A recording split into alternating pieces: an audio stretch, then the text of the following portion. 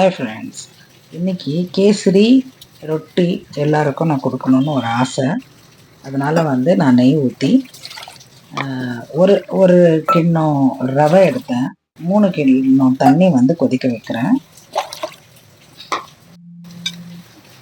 அதுக்கப்புறம் பார்த்தீங்கன்னா பட்டை, லவங்கம், ஏலக்காய் போட்டுட்டு அதுக்கப்புறம் நான் ட்ரை ஃப்ரூட்ஸ் கட் பண்ணியிருந்தது அதில் போட்டிருக்கேன். பாதாம், முந்திரி, அப்புறம் வெள்ளரி விதை, அப்புறம் சன்ஃப்ளவர் சீட்ஸு, அதுக்கப்புறம் காஞ்ச திராட்சை எல்லாமே போட்டிருக்கேன். அது வறுத்து எடுத்து வச்சுட்டு அதுக்கப்புறம் ரவையை நல்லா கொஞ்சம் ப்ரௌன் பண்ணிட்டேன். நல்லா கொஞ்சம் பொன்னிறமாக வறுக்கணும்னு சொல்லுவாங்க. நல்லா வறுத்தோம்னா அந்த ஸ்மெல்லு போகும், அந்த பச்சை வாசனை போயிடும். ஓகேங்களா? அதுக்கப்புறம் கலர் பவுடர் கொஞ்சம் போட்டிருக்கேன். கலர் பவுடர் கொஞ்சம் போட்டிங்கன்னா கேசரி கலராக இருந்தால் தான் நல்லாயிருக்கும். ஒருத்தர் மஞ்சள் கேசரி பண்ணுவாங்க. நான் எப்போவும் ஆரஞ்சு தான் பண்ணுவேன். ஆரஞ்சு போட்டு நல்லா இது பண்ணிவிட்டு இப்போ பாருங்கள், தண்ணி 3 பங்கு தண்ணி போட்டிருக்கேன். அந்த 3 பங்கு தண்ணியில் நல்லா உங்களுக்கு சாஃப்டாகிடணும். இது இந்த மாதிரி கொஞ்சம் நேரத்துக்கு அப்புறம் சுகர் 2 பங்கு போட்டிருக்கேன். ஓகே, ஒரு கிண்ணம்னா 2 கிண்ணம் போட்டிருக்கேன் சுகர். ஓகேவா? இப்போவும் 1 கிலோ ரவை ஒரு அரை கிலோ பண்ணுறீங்கன்னா 1 கிலோ சுகர் போடுங்க. ஓகே, பண்ணிவிட்டு நல்லா பாருங்கள், நல்லா ஒரு இந்த மாதிரி இருக்குது. ஆனால் கொஞ்சம் நேரம் அந்த சுகர் உருகணும். சர்க்கரை நல்லா உருகுனதுக்கப்புறம் பாருங்கள், கொஞ்சம் கெட்டியானதுக்கப்புறம் எடுத்து வச்சுருங்க. ட்ரை ஃப்ரூட்ஸ் எல்லாம் மேலே போட்டுருங்க. போட்டுட்டு நல்லா எடுத்து வச்சுட்டு ஆற விடுங்க. அதுக்கப்புறம் பார்த்தீங்கன்னா நான் ரொட்டி பண்ணேன்.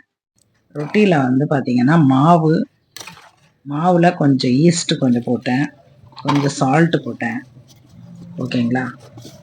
ஈஸ்ட்டு சால்ட் எல்லாம் போட்டதுக்கப்புறம் உங்களுக்கு தேவையான அளவுக்கு தண்ணி, மற்றபடி கொஞ்சம் எண்ணெய் பண்ணிவிட்டு கொஞ்சம் நேரம் விட்டுருங்க, ஒரு 1/2 hour.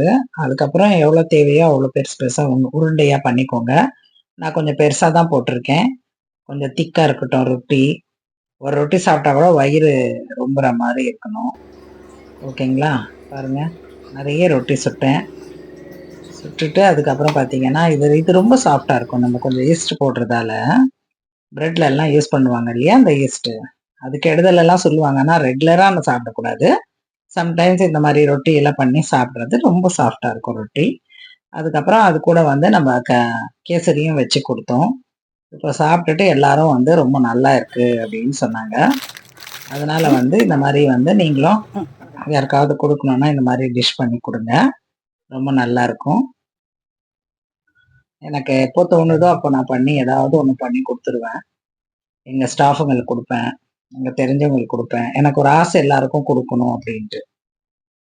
எனக்கு நிறைய இடத்துலேருந்து எதுவுமே வர்றதில்ல, ஆனாலும் நான் கொடுக்கணுன்னு தான் பார்ப்பேன். என்னுடைய ஹேபிட் அது.